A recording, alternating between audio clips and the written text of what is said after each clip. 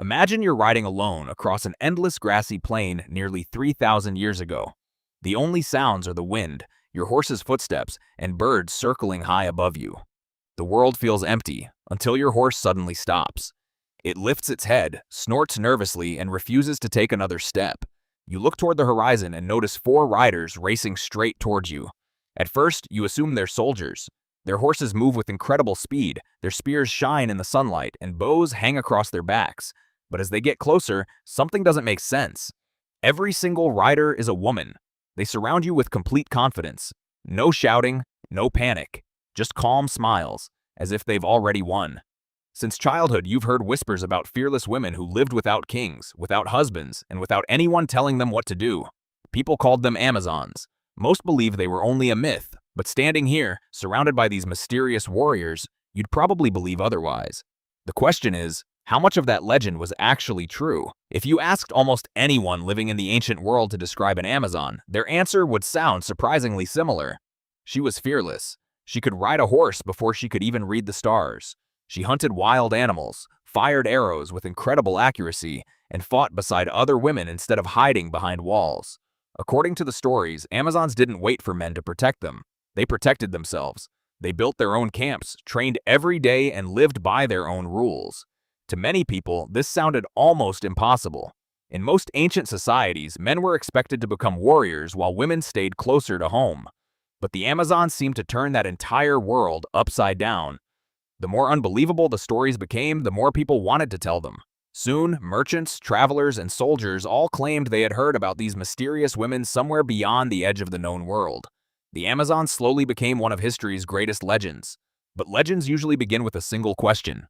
Where did these stories come from? To find the answer, we have to travel back to ancient Greece. Greek traders regularly crossed the Black Sea, searching for new lands, valuable goods, and distant cultures. Every journey brought back strange stories. Some sailors spoke about endless grasslands where people spent nearly their entire lives on horseback. Others described tribes that moved with their animals instead of living in cities. But one story stood out from all the others. They claimed that among those distant tribes were women who rode, hunted, and fought exactly like the men. Greek writers couldn't stop talking about them. They filled their books with tales of fearless queens, legendary battles, and warriors who challenged even the greatest Greek heroes. Soon the Amazons appeared everywhere, in poems, paintings, sculptures, and myths. But there was one small problem. None of the writers could actually agree on who these women were, where they lived, or whether anyone had truly met them. The legend kept growing, while the truth became harder and harder to find. If the Amazons really existed, their world would have looked nothing like the cities of ancient Greece. Instead of stone temples and crowded streets, imagine endless open plains stretching farther than the eye could see. No city walls, no castles, no paved roads, only grass, rivers, forests, and thousands of horses. This was the land of the great nomadic tribes that lived across the Eurasian steppe. Here, survival depended on movement. Families traveled constantly with their animals, carrying everything they owned. Children learned to ride almost as soon as they could walk because life itself happened on horseback. Hunting, trading, fighting, and even visiting neighboring tribes often meant spending days riding across the open landscape. In a world like this, every person had to contribute. Strength mattered far more than tradition, and if women learned the same survival skills as men, suddenly the old Greek stories didn't sound quite so impossible anymore. Maybe the legend wasn't born in a palace, but somewhere out here, beneath the endless sky. Imagine growing up in one of these nomadic camps.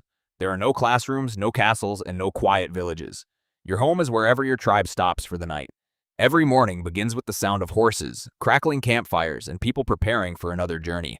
If you're a little girl, no one tells you that riding is only for boys. Instead, you're gently lifted onto a horse almost as soon as you can balance on your own feet. At first, you simply learn to stay in the saddle. Then you learn to guide the horse without fear. Soon you're racing other children across the open grasslands, laughing as the wind rushes past your face. As you grow older, someone places a small bow in your hands. Your first arrows miss almost every target, but day after day your aim improves. Hunting isn't a sport here, it's survival. Every child learns the skills needed to protect the tribe. By the time you're a teenager, riding with a bow feels as natural as walking. To an outsider, these young women would have looked almost unbelievable. But inside the tribe, they were simply growing up. Life in the camp was far more than training for battle. Every day was filled with work that kept the entire tribe alive. Some people repaired saddles and bridles worn down by endless travel. Others sharpened arrows, stitched leather clothing, cooked meals over open fires, or gathered fresh water from nearby rivers. Horses demanded constant attention.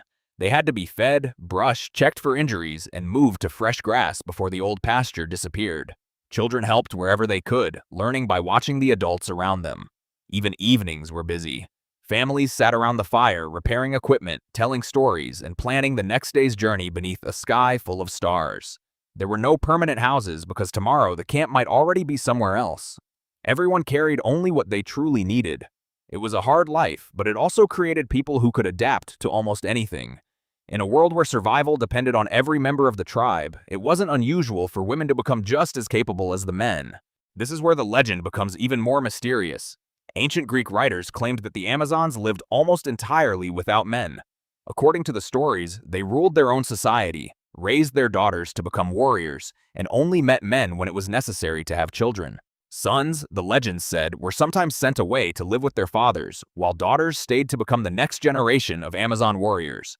It's an unforgettable story, but historians have never found solid evidence that such a society actually existed. Most experts believe reality was probably much more complicated. Among many nomadic tribes, women simply enjoyed far more freedom than women living in large ancient cities. They could ride, hunt, defend themselves, and sometimes even fight alongside the men. To Greek visitors who came from a very different culture, that alone may have seemed so extraordinary that the stories grew larger with every retelling. And like many legends, each new storyteller added another impossible detail. For centuries, one story about the Amazons shocked people more than any other. According to an old Greek legend, Amazon girls removed one of their breasts so they could shoot a bow more easily. It sounds dramatic, and even today many people still believe it. But here's the surprising part. Archaeologists have never found any evidence that this actually happened. Thousands of ancient artworks show Amazon warriors with both breasts, and no skeleton has ever suggested such a practice. In fact, modern experts believe the story probably came from imagination rather than reality. Ancient Greeks loved creating powerful symbols, and a warrior willing to sacrifice part of her own body sounded unforgettable. The legend spread from generation to generation until many people accepted it as fact. It's a perfect example of how myths can become stronger than the truth itself. The real women who inspired these stories were already extraordinary. They didn't need impossible legends to make them unforgettable. Then, something incredible happened. In the last few decades, archaeologists began uncovering ancient burial sites across the vast Eurasian steppes. At first, the graves looked like many others from the ancient nomadic world. But when scientists examined the skeletons more closely, they noticed something unexpected. Some of the warriors buried with swords, spears, bows, arrows, and even horses were not men at all. They were women. Many showed signs of years spent riding horseback.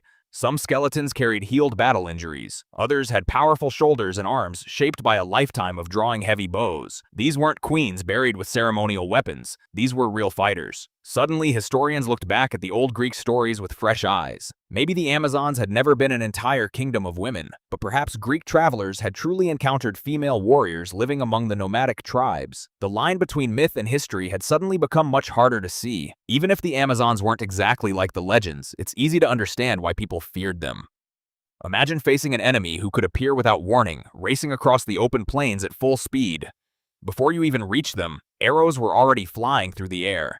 Their horses could cover enormous distances, allowing them to attack quickly and disappear just as fast.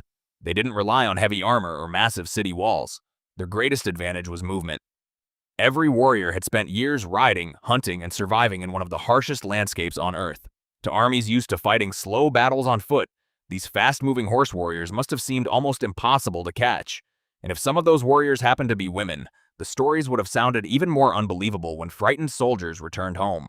Sometimes fear creates legends, and sometimes legends grow even larger than the battles that inspired them. So, were the Amazons real? The answer is both simpler and far more fascinating than most people expect. Historians don't believe there was ever a giant kingdom made up entirely of women who lived completely without men. There is simply no evidence for that. But they also no longer believe the Greeks invented everything. Across the ancient steppes, there really were women who rode horses every day, hunted wild animals, defended their families, and, when necessary, fought in battle. To Greek travelers who came from a society where women rarely became warriors, that sight must have been unforgettable. They returned home with incredible stories, and every person who repeated them added a little more mystery, a little more drama, and a little more imagination. Over hundreds of years, real female warriors slowly transformed into the legendary Amazons we know today. The truth wasn't destroyed by the myth. It simply became hidden inside it. The next time you hear the name Amazon, don't picture only the legends from old books or the scenes from Hollywood movies. Instead, imagine a young girl galloping across an endless plain nearly 3,000 years ago. Imagine her learning to ride before she could even remember falling. Imagine her drawing a bow, caring for her horse, helping her family pack the camp before sunrise, and growing up in a world where survival mattered far more than tradition. She probably never called herself an Amazon. She likely had no idea that people thousands of miles away would one day tell stories about her for centuries. Yet somewhere between history and imagination, those ordinary women became extraordinary legends. And maybe that's why the Amazons still fascinate us today. Not because they were magical, but because sometimes the greatest myths begin with real people who dared to live differently from everyone else.